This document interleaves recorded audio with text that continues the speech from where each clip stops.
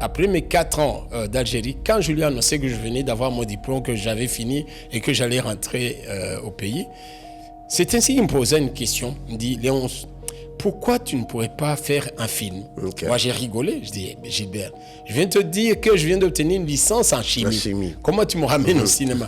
Il dit, Léonce, je sais que tu es capable. Moi, je t'ai suivi depuis l'école secondaire. Je sais que tu es capable et tu risques d'être le premier dans la région des Grands Lacs. C'est-à-dire Rwanda, Burundi, Congo. C'était un salaire de presque 10 ans. Wow. Évidemment, j'ai signé tout de suite. Il me dit, tu es content? Je dis, quoi? Là, il sort son chéquier. Il me dit, Léonce, ça, c'est pour aller prendre un fanta avec ton épouse. Je monte dans ma voiture, je sors. Et là, j'ai failli même faire un accident parce que j'ai foncé en trombe en me disant non, il va me rappeler cela pour enlever en zéro. Lève-toi et brille, Haguruka Ukayangane. Rise and Shine est une émission conçue pour t'aider à débloquer ton potentiel, découvrir ta véritable identité et illuminer le monde autour de toi. Présenté par Naïmana Dieudonné, pasteur, évêque de la communauté des églises Oasis Christian Center, mari et père de 4 enfants.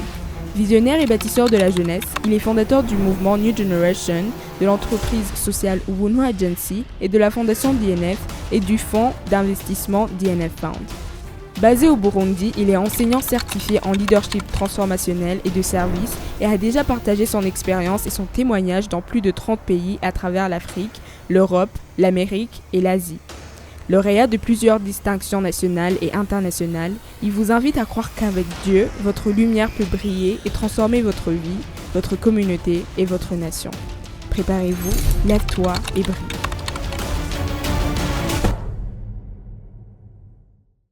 Bienvenue dans notre émission Rise and Shine, Haguruka Kayangane, Lève-toi et brille.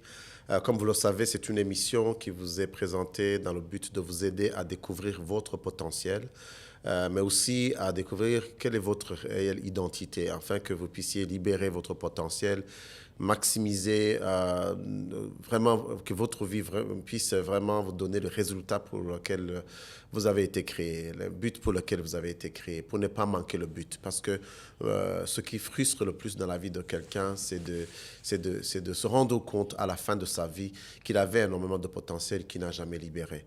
Alors aujourd'hui, comme nous le faisons d'habitude, c'est de vous trouver des personnes qui vous aident à découvrir d'abord que c'est possible au Burundi de débloquer son potentiel ou même ailleurs et de pouvoir réaliser son rêve. Aujourd'hui, nous avons un invité qui est connu de beaucoup de personnes, surtout au Burundi et à l'étranger, mais aussi qui a dans sa vie pu libérer son potentiel dans différents domaines et qu'aujourd'hui, il est vraiment une icône pour beaucoup de jeunes, beaucoup de personnes et je pense qu'il a de quoi vous parler.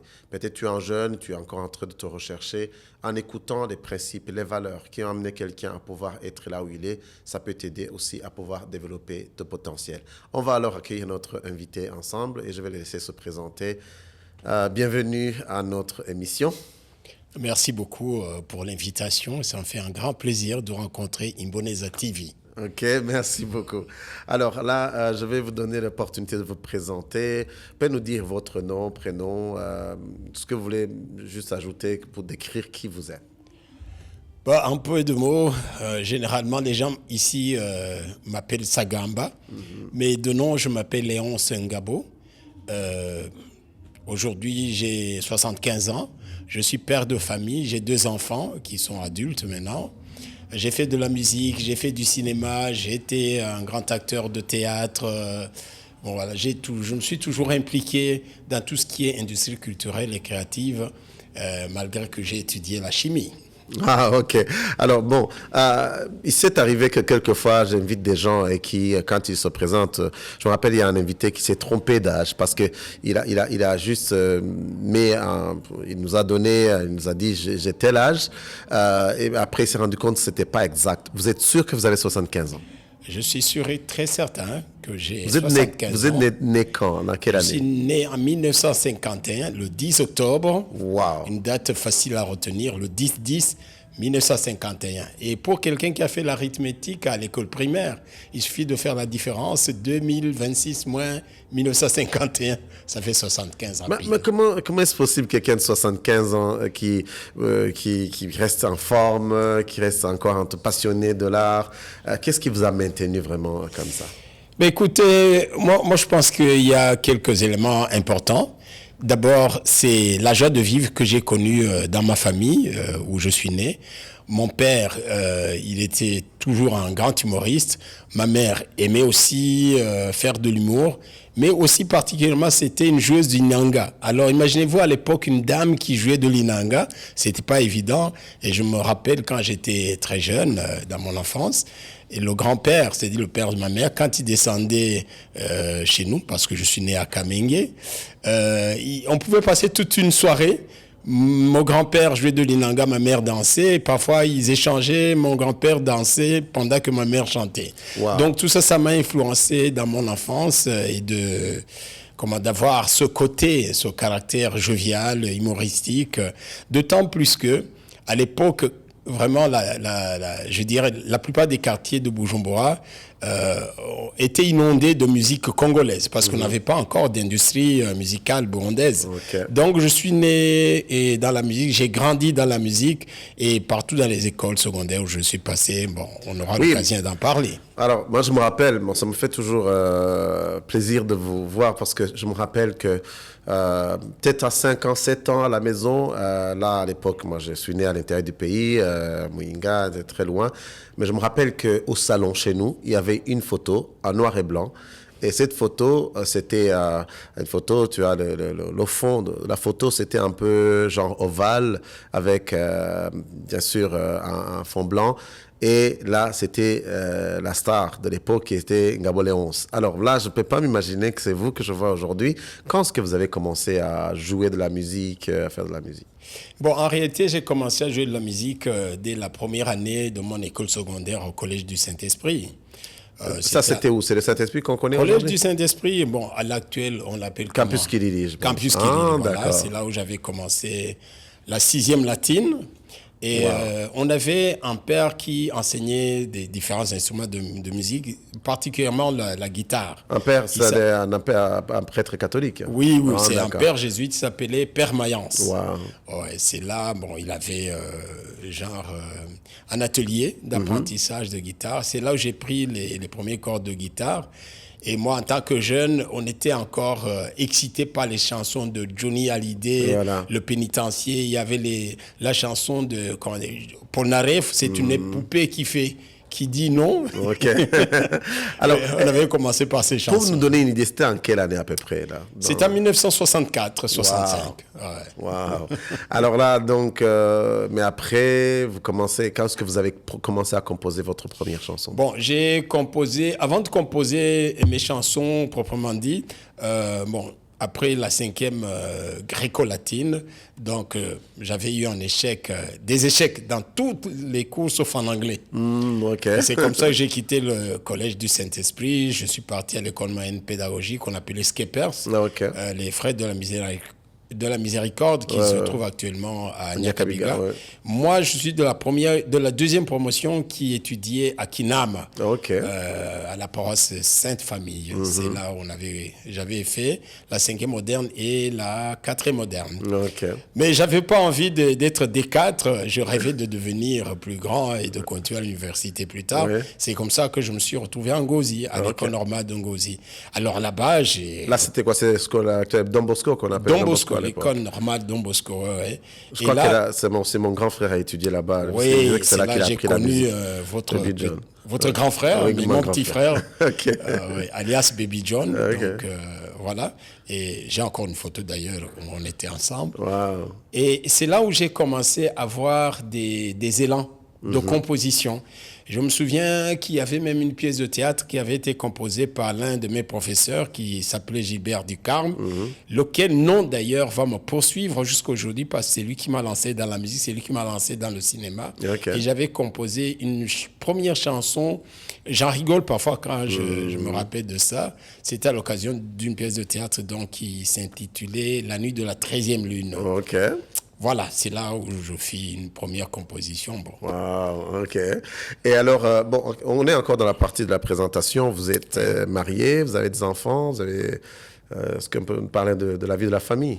Oui, bien sûr. Je suis marié. J'ai eu ma première union en 1988. Ok. Et puis, avec laquelle j'ai eu 2 enfants, une fille et un garçon. Ok. Et bon, j'ai eu ma deuxième union religieuse cette fois-ci. Ok. C'était en 2018, Ok. avec laquelle je vis. D'ailleurs, la plupart la connaissent. Elle c'est s'appelle qui? Karire Kinyana. Oh, elle fait de... Ginette Karire. Mais elle fait quelque chose de spécial. Oui, elle fait tout ce qui est au niveau de... Elle est nutritionniste, phytothérapeute, parce qu'elle donne beaucoup de produits naturels, bio 100%. Oh, ok. Ouais. Elle m'a soigné même l'hypertension, Wow. chose à laquelle je n'avais jamais cru. Alors Après là. 15 ans d'hypertension, elle m'a soigné ça. Wow. Bon, voilà, je suis avec elle jusqu'à aujourd'hui. Donc, il Voilà. faudrait demander rendez-vous pour moi pour un podcast, parce que c'est important qu'on parle. Alors, cette fois-ci, mais après, vous avez commencé à... Est-ce que vous avez rejoint un groupe, un orchestre? Pourquoi est-ce qu'on connaît vos chansons à la radio nationale et tout ça? Comment vous êtes arrivé là-bas? Bon, l'histoire est simple. Écoutez, quand j'ai terminé l'école normale Don Bosco en 1972, j'ai enseigné à l'école professionnelle de couture de Kiganda. Et je donnais tous les cours généraux, donc français, maths, etc. Et il se fait que, vous voyez, 72, c'est une année mémorable pour les Burundais, parce que c'est une année de drame. Oui. Et à cet moment, les politiciens, ils s'imaginaient un événement qui puisse faire oublier le drame qu'on venait de traverser, parce qu'on avait des pleurs dans toutes les familles. C'est ainsi qu'il y a eu deux animateurs de la radio du Burundi, qu'on appelait la Voix de la Révolution à l'époque. Ils se sont imaginés ce fameux projet d'organiser un premier concours national de la chanson qu'on avait baptisé Pirogue d'or de la chanson. Alors, ils nous avaient donné un thème, c'est-à-dire la meilleure composition à primer devait porter sur le Burundi, les valeurs du Burundi, l'identité du Burundi, etc. Et c'est là que j'avais composé la fameuse chanson Sagamba Burundi, et qui a gagné la Pirogue d'or de la chanson. Alors, vous imaginez un tel événement, un premier événement de telle envergure. Je me souviens, on l'avait organisé au Collège du Saint-Esprit à l'époque, donc le campus Kiriri. C'était plein, à peu près 1200 personnes. Wow. Donc, x2, parce qu'on l'avait organisé sur 2 dates, le 3 juillet, le 5 juillet. Je me rappelle de ça. Et alors, quand j'ai gagné le prix, évidemment, c'était parti. C'est parti. Dès le lendemain, les 2 animateurs, il y avait Italo Caroli. Je le connais. Je l'ai connu avant de mourir. On a fait des émissions ensemble. Avant de partir, je pense qu'il était parti dans un autre pays après. Et il y avait aussi Feu Antoine Namikevio, que je connais aussi. Qui était très connu aussi, un grand journaliste de l'époque qui faisait Radio Vacances à l'époque. Donc, dès le lendemain, je me suis retrouvé au studio de La Voix de la Révolution pour enregistrer mes chansons. Mais ça avait tellement excité tout le monde que M. Italo Caroli lui-même m'avait proposé tout de suite de partir à Nairobi pour l'enregistrement des 45 tours. Et c'était le premier 45 tours. Vous voyez les fameux disques. Oui, parce que les jeunes ici, ils ne vont pas comprendre ce que c'est en fait. À l'époque, Attends, il y en a qui te font des grands yeux. Tu peux nous expliquer comment ça marche? Parce que je me rappelle les tourne-disques et tout ça. C'était quoi les 45 tours? Les 45 tours, donc c'était des platines en polyvinyle. Vraiment, il y avait recto verso. Donc, j'avais produit 4 45 tours. Ça veut dire, au total, c'était 8 chansons. Et il m'avait emmené donc à Nairobi pour l'enregistrement de ces 45 tours. Donc, quand ils sont sortis, évidemment, là, ça a accru, si vous voulez, ma notoriété publique, parce que ça passait à tous à tous les événements, ça passait tous les jours à la radio. Même qu'il y a une fameuse chanson, la première chanson en français dans Burundi, longtemps. Voilà. Longtemps. Alors, c'était une chanson romantique, d'amour, évidemment. Elle était chantée à toutes les soirées de mariage. Elle était jouée. Voilà, c'est comme ça que j'ai pu donc continuer la musique. Et même quand je suis parti à l'université, parce que juste après Kiganda, j'ai fait une année seulement, je suis parti à l'université, j'ai commencé. Et là, j'ai créé vraiment le premier orchestre. Ok. Le Ça premier s'appelait groupe. comment à l'époque? Ça s'appelait Les Cinq, parce que nous étions cinq. Waouh, ok. Est-ce qu'il y a encore des chansons qu'on connaît qui sont sorties de ce groupe ou c'est... Oui, je pense, parce que dans les 45 tours, j'avais fait Sagamba Burundi, la version originale, qui était souvent jouée d'ailleurs on m'a dit, à Mokolomboka. Oui. Et quand il balançait cette chanson, c'était pour dire attention, 23h arrive, on ferme le bar. Ok, oui, ça je me rappelle. Bon, Chaque voilà. fois quand ça venait, c'était que la radio va fermer. Oui. Oh, oui. Bon, je l'ai à la maison, ce disque-là. Bon, sinon, il y avait Sagamba, longtemps. Il y avait Salo Beau-Père. C'est une chanson que j'avais chantée d'ailleurs à l'occasion de la période d'or de la chanson. Parce qu'on avait droit à chanter 2 chansons. C'était une chanson amusante parce que c'était parti... c'était inspiré d'une histoire qu'un ami d'adolescence m'avait racontée. Il était parti voir sa blonde, comme on dit les Québécois, c'était sa copine. Et quand le père est rentré, il a trouvé dedans. Il a failli le gifler. Wow. Et le petit est passé à travers ses jambes, il a couru. Il s'est reposé chez nous, à Kamenge. Bon. Et il m'a raconté l'histoire. Donc, ça m'a inspiré de créer une chanson qui s'est intitulée Salo Beau-Père. En tout, vous pensez avoir composé combien de chansons déjà? Bon, en tout, jusqu'à aujourd'hui, je pense qu'il y a à peu près une vingtaine. Une vingtaine. Mais plus tard, ça m'a permis à ce que quand j'étais au Canada, dans les années 2000... Vous avez vécu au Canada combien de temps? 10 ans. 10 ans, ok. Je suis allé en 1996 et j'ai quitté là-bas en 2006. Donc 10 ans exactement. Ah, d'accord. Ouais. Alors maintenant, après, moi, quand je commence à l'école secondaire, je pense que c'est là que je suis parvenu à entendre parler d'un film. Et ce film, je pense que je l'ai vu à l'école pour la première fois. Et c'était vraiment le premier film burundais. Comment vous avez quitté de la musique pour aller dans le film? C'était quoi le film? Voilà, là, je vais vous reconnecter avec l'ami belge dont je vous ai parlé qui s'appelait Gilbert Ducarme. C'est à Montois. Donc, il est de Mons, c'est un Belge. Lui, c'était mon professeur. Et quand j'étais encore à l'école normale de Moscou, c'est lui qui m'avait initié à la musique. Vraiment, il m'a appris la guitare, à jouer des morceaux de George Moustaki et autres. Et il m'a initié aussi à la filmographie. Parce qu'il avait une petite caméra, à l'époque, on appelait 8 mm. Vous voyez, quand on avait les films de l'époque, c'était encore tourné. On n'avait pas encore du numérique. Donc, c'était filmé avec des pellicules. Des pellicules, Alors, tu avais le 8 mm, le 16 mm, le 35 mm. Ça, c'était super professionnel. Lui, il avait une caméra à 8 mm. Donc, il m'avait appris à manipuler cette caméra. Alors, ce qui fait que quand j'ai quitté, donc, je vais essayer de faire histoire courte. Quand je suis parti étudier en Algérie pour recommencer à zéro l'université, chaque été, j'allais le voir en Belgique. Parce que de l'Algérie à la Belgique, c'était tout proche. D'autant plus que j'avais mon petit frère, Feu Benoît Ntianogué, qui étudiait en Belgique. Donc, j'allais voir mon petit frère et puis après, je descendais sur Mons pour aller voir mon ami Gilbert Ducarme. Et on passait des soirées ensemble, justement, à discuter des arts, etc. Et à la fin, après mes 4 ans d'Algérie, quand je lui ai annoncé que je venais d'avoir mon diplôme, que j'avais fini et que j'allais rentrer au pays, c'est ainsi qu'il me posait une question. Il me dit, Léonce, pourquoi tu ne pourrais pas faire un film? Moi, j'ai rigolé. Je dis, Gilbert, je viens de te dire que je viens d'obtenir une licence en chimie. Comment tu me ramènes au cinéma? Il dit, Léonce, je sais que tu es capable. Moi, je t'ai suivi depuis l'école secondaire. Je sais que tu es capable et tu risques d'être le premier dans la région des Grands Lacs. C'est-à-dire Rwanda, Burundi, Congo. Bon, là, j'ai rigolé parce que je n'insistais pas. Mais comme c'était un ami, il m'avait proposé, écoute, demain matin, je veux que tu me proposes 3 thèmes, 3 sujets. Ben, là, j'ai rigolé, je dis, écoute, tu as été mon professeur à l'école secondaire, mais aujourd'hui, tu me donnes encore des devoirs à domicile. Moi, je dis, OK, demain matin, on va voir. Alors, le lendemain matin, je lui ai proposé 3 sujets, dont Guito Lenga. Mais à l'époque, on avait commencé avec le titre Le retour fabuleux de Guito. Vraiment, c'était un retour fabuleux, quoi. Mais à ce moment, on était parti sur un projet d'un court-métrage muet. Muet, qui ne parlait pas. D'accord. Bon, j'y ai travaillé pendant des années parce que quand je suis rentré, je suis devenu directeur de l'École nationale des télécommunications. Ok. Et à l'époque, on s'échangeait l'évolution du scénario par la poste. Ok. Vous savez, à l'époque, bon, il y le avait WhatsApp, pas ça de n'existait email, pas, il y les avait télé, pas de mail. Wow.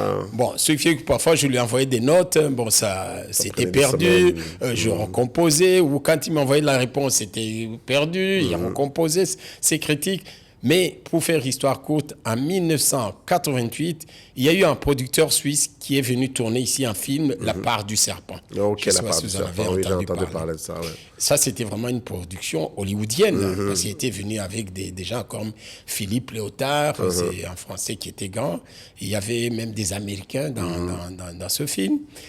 Et là, en cherchant des autorisations, quand il est passé au ministre de la Communication, chez lui, je venais de déposer mon projet pour voir si je pouvais avoir une aide gouvernementale.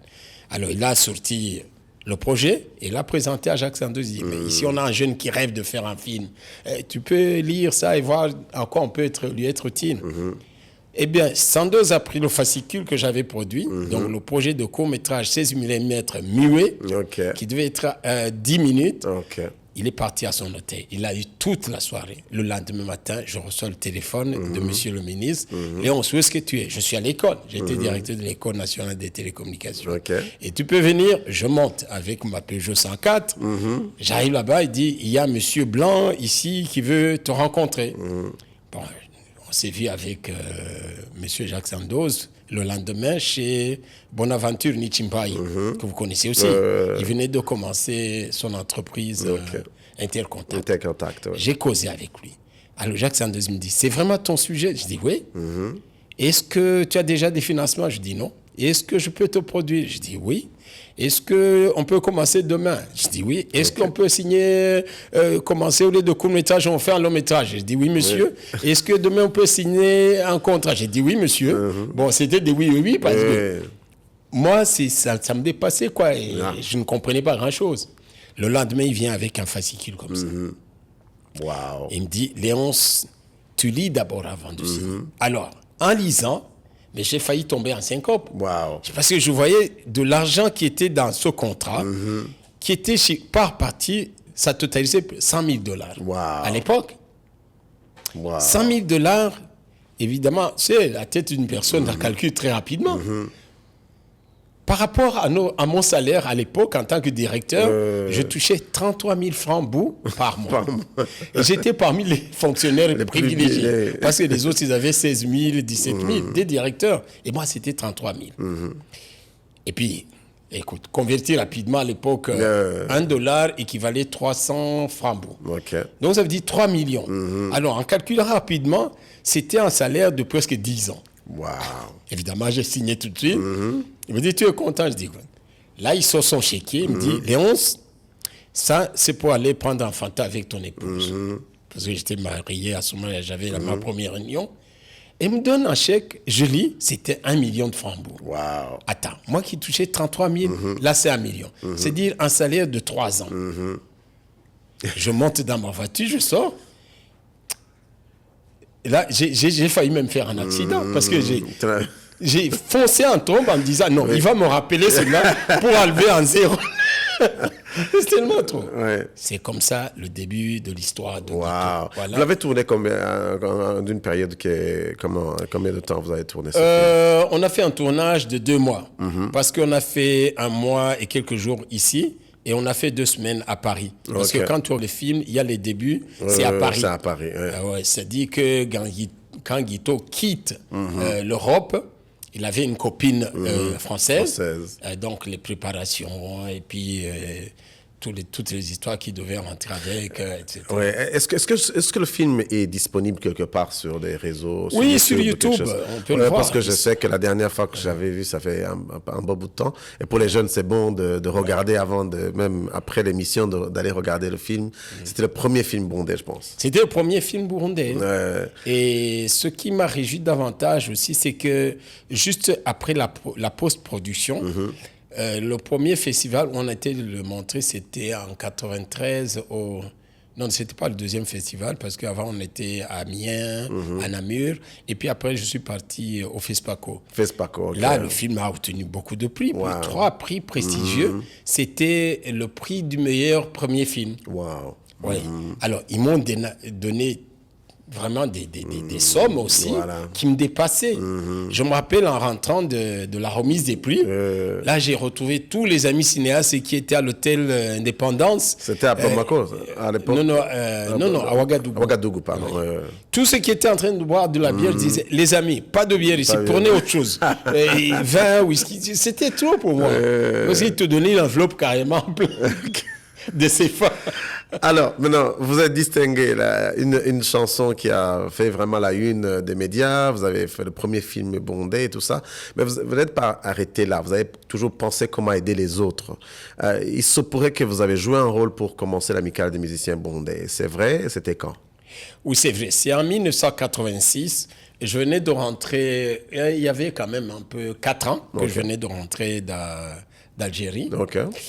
Mais là, en rentrant, si vous souvenez, ce que je vous ai raconté au départ, les débats que j'avais eus à l'université, à cause de la musique, on m'avait chassé. Okay. En disant qu'un musicien ne peut pas faire l'université. Wow. C'était ça. Bon, je le dis toujours parce que j'étais parmi les 3 premiers de classe à l'université.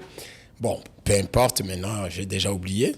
Ça m'a donné même. Mais vraiment, c'est ça la raison pour laquelle on vous a chassé? Oui, parce que même si on retrouvait mon dossier là d'université, là on peut.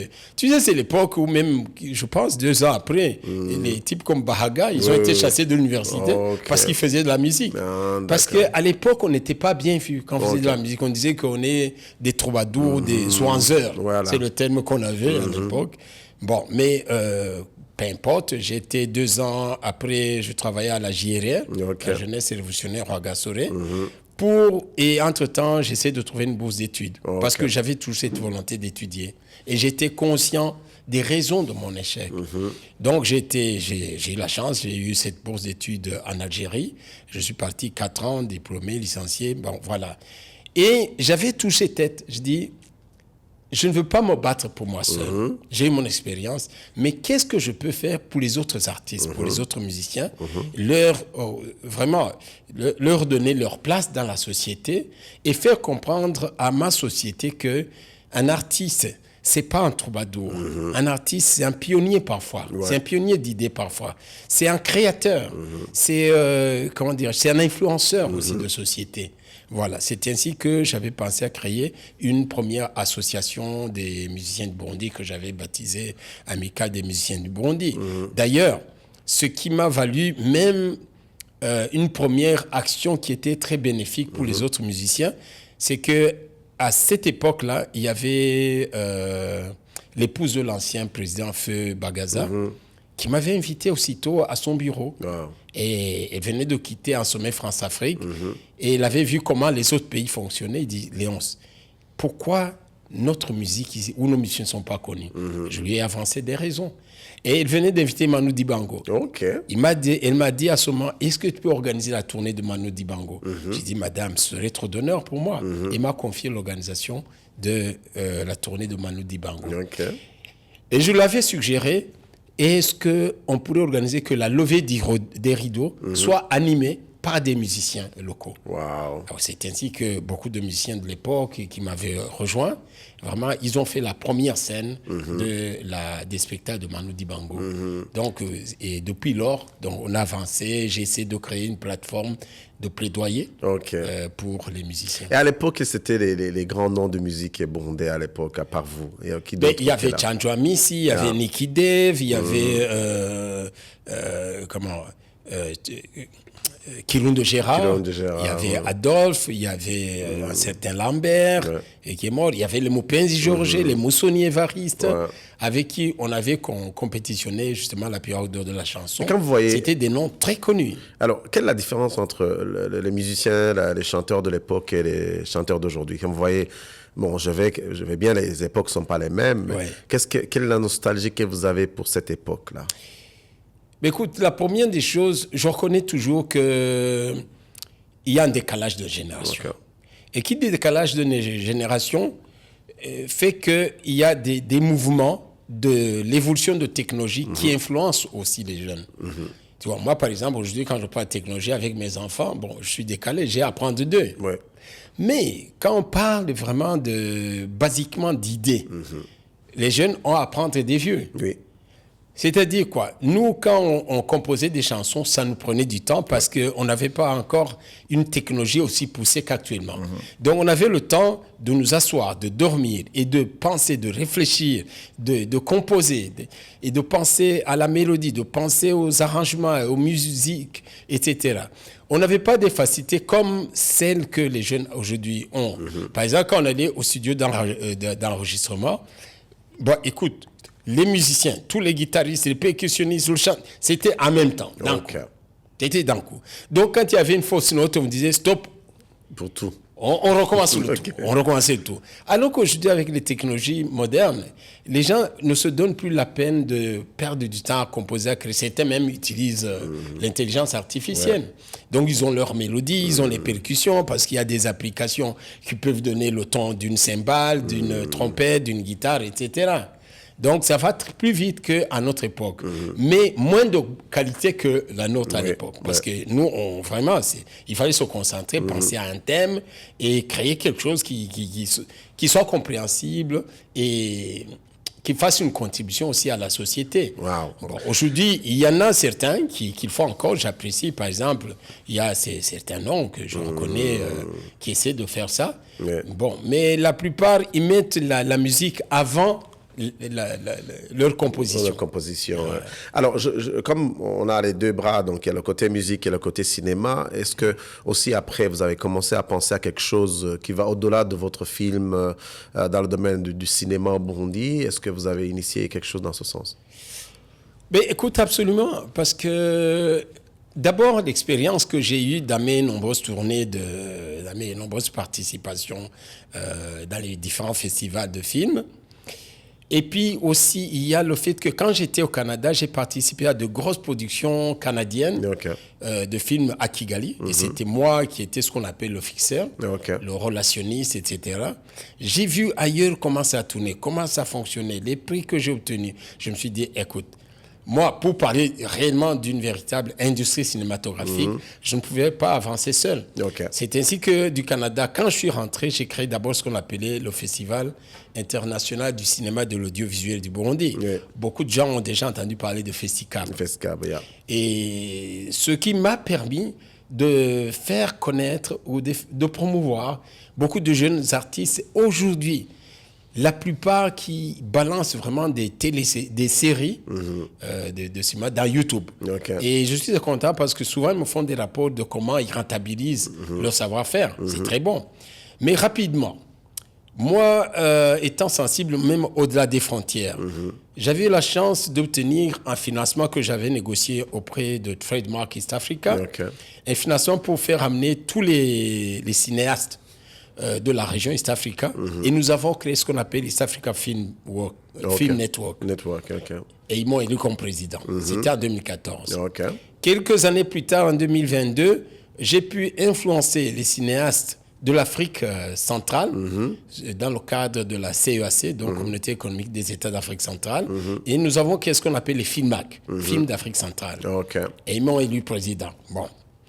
Et une année après, j'ai initié ce qu'on appelait la Fédération panafricaine des festivals de films et de l'audiovisuel.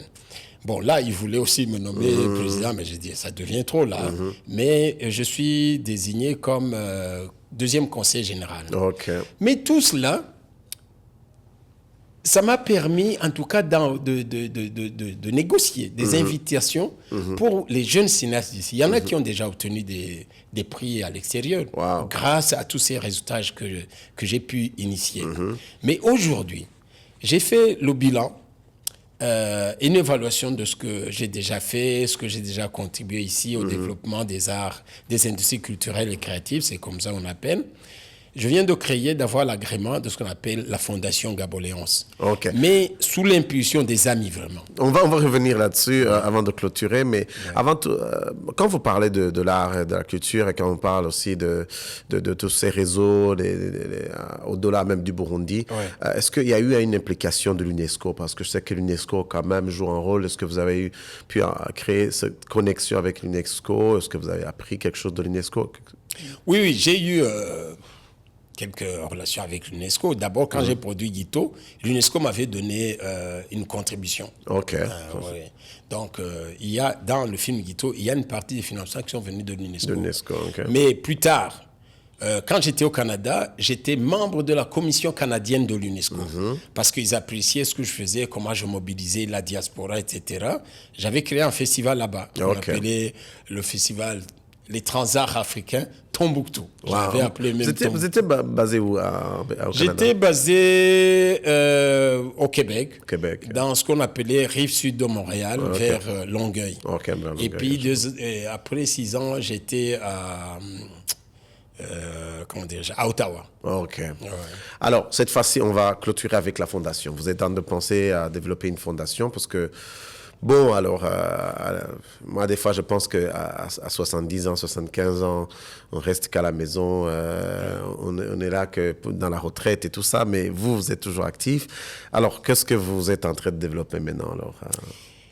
Mais écoutez, là, je viens d'avoir l'agrément de la Fondation Gabo-Léonce avec le soutien et l'aide vraiment de plusieurs amis, que ce soit des générations d'avant moi, de ma génération ou d'après moi, des gens vraiment de notoriété, d'une certaine notoriété, qui ont apprécié que ma contribution au niveau du développement des industries culturelles et créatives du Burundi.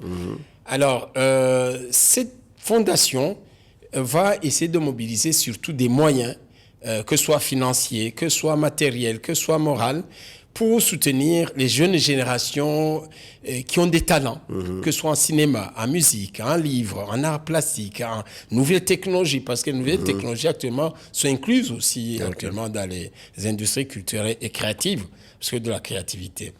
Alors, ce sera vraiment multiforme au niveau des contributions que cette fondation fera. Tout dépendra vraiment des partenariats ou des bailleurs que je vais avoir. Et j'ai l'espoir, parce que je suis en train de préparer le lancement de cette fondation très bientôt, presque dans un mois.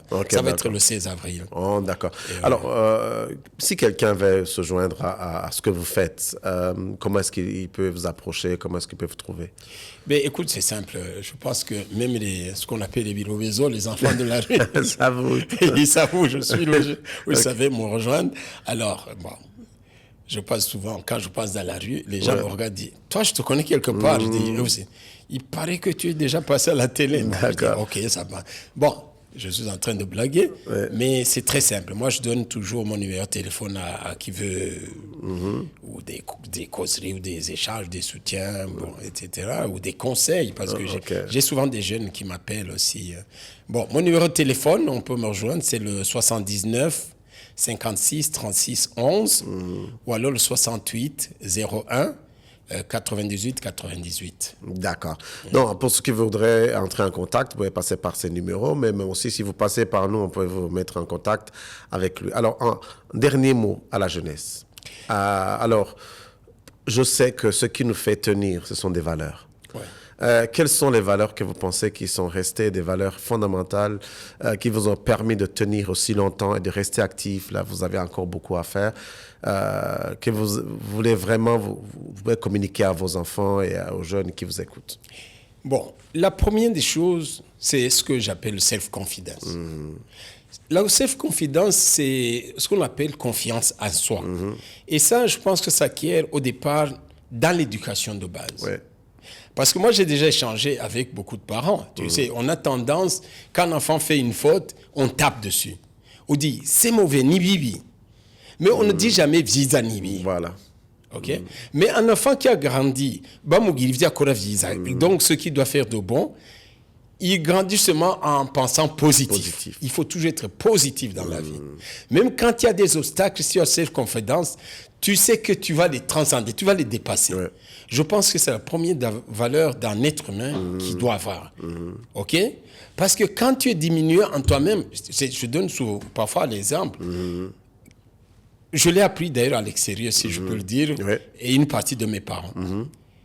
Une fille, par exemple, jeune fille, quand tu lui dis, je parle de ma génération, tu pouvais donner un compliment à une fille, dire que tu es belle. Parce que nos traditions n'étaient pas habituées à faire des compliments à la beauté d'une fille. Peut-être nos parents pouvaient être, complimenteux envers le dame par des actions tout simplement. Par exemple, il va acheter Gitenge, il va mais lui dire en face comme ça directement qu'elle est belle, qu'elle vient. C'est un problème. C'est question d'éducation. On ne va pas leur en vouloir. Mais quand l'enfant grandit en lui disant que ton enfant il est beau, qu'il est intelligent, que ta fille est belle, il grandit avec cette image et ça en fait prévaloir. Bon, la deuxième chose, je pense, c'est après le self-confidence, c'est la vision, avoir une vision. Moi, je répète souvent à mes enfants, je dis, dans la vie, il faut avoir une vision. Parce que quand tu as déjà la vision, tu construis ce qu'on appelle la détermination. Et quand tu as la détermination, après, tu bâtis les moyens pour satisfaire à ta détermination et à réussir ta vision. Et c'est très important. Alors, les jeunes d'aujourd'hui, je pense, c'est ce que j'essaie toujours de leur apprendre, de voir devant. Et de savoir qu'ils ont quelque chose en eux. Dieu qui nous a créés, à chacun, il a donné un talent. Il a donné quelque chose qui va le faire prévaloir dans la société.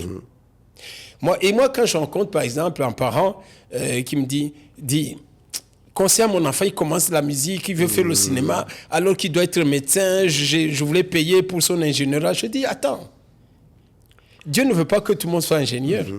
Dieu ne veut pas que tout le monde soit médecin. Peut-être ce talent de musicien, ce talent de cinéaste, c'est ça son talent. Ce talent de footballeur. Écoute, on a connu des Pelé, on a connu des Mbappé. Mais ils ne sont pas licenciés en chimie ou je ne sais pas qui le sont. OK? Mais encourage-le plutôt à réussir dans les deux ou je sais pas, dans les 3 domaines si c'est possible. Mais en tout cas, ce qui sent en lui, il faut toujours motiver l'enfant, le soutenir, l'encourager, l'accompagner pour qu'il soit le meilleur. OK? Et ça, je pense que c'est très important vraiment, même entre nous. C'est pourquoi quand je reviens actuellement à certaines conceptions de notre société, qui croient que quand on fait du cinéma ou la musique, nous tout gagner. Moi, je dis toujours non, c'est pas tout gagner. C'est la base de notre identité. C'est ça qui nous construit, c'est ça qui nous rend des hommes forts, qui nous rend des femmes fortes. Moi, j'ai vécu 10 ans au Canada. C'est un pays d'immigration. Vous savez, au Canada, le fait que c'est un pays d'immigration, ils encouragent que chacun vienne avec sa culture. Et ce qu'il apporte, il enrichit les autres et ça fait une force de ce pays. C'est-à-dire que quel que soit ce qu'on est, sachez que tu apportes une pierre aussi dans la construction de cette nation. Mais est-ce qu'on peut vivre au Canada et décider de rentrer au Burundi? Pourquoi? Écoutez, il y a beaucoup de critères. Moi, j'ai décidé de rentrer en certain moment. Pourquoi? Parce que moi, ma considération de ce que je vivais là, je me disais, attends, ici, je suis dans un pays compétitif qui a déjà tout.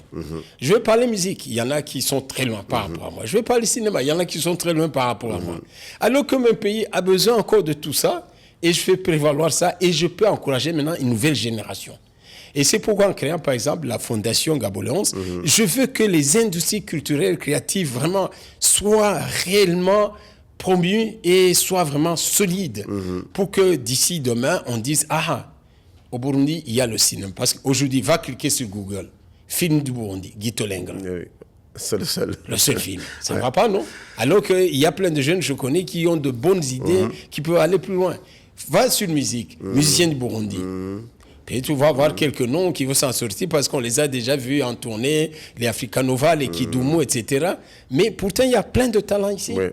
Donc, c'est de cela dont j'ai soif vraiment, et à sensibiliser tout le monde autour de moi, que ce soit la société civile, que ce soit le gouvernement, que ce soit des ONG ou, je ne sais pas moi, toute institution possible, parce qu'on a beaucoup de richesses à montrer, à prouver que le Burundi est vraiment... comment dire, il n'y a pas de droit. Écoute, quand j'ai fait Guito Lengra, il a fait le tour du monde. Les gens voyaient la beauté des paysages qu'on a ici, la beauté des femmes, comment les gens marchaient. Ils disaient, mais on peut venir voir vos pays, ils ressemblent à ça. Et chaque édition de Festicab, tous les réalisateurs que j'amenais ici, je m'arrangeais toujours à ce qu'on conclue le festival à les amener à Bougarama. Wow. Bon, mais ils étaient super. Chaque fois à la fin, ils me disaient, Léonce, l'année prochaine, tu m'invites. Voilà. Merci beaucoup. Vous savez, des fois, j'ai des invités. Quand tu l'écoutes, c'est un livre carrément que tu tentes de lire.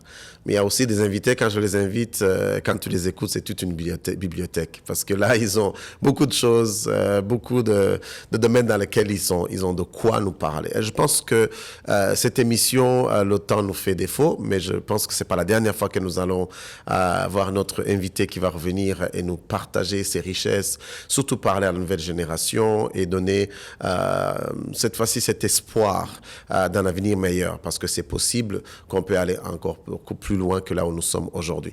Merci beaucoup de nous avoir prêté oreille attentive. Vous nous avez aussi regardé, suivi, et je pense que nous reviendrons dans une autre émission. Je voulais encore une fois remercier notre invité. Merci d'avoir été spontané pour dire oui et d'avoir été vous avez répondu rapidement à notre invitation, et j'espère que c'est pas la dernière fois.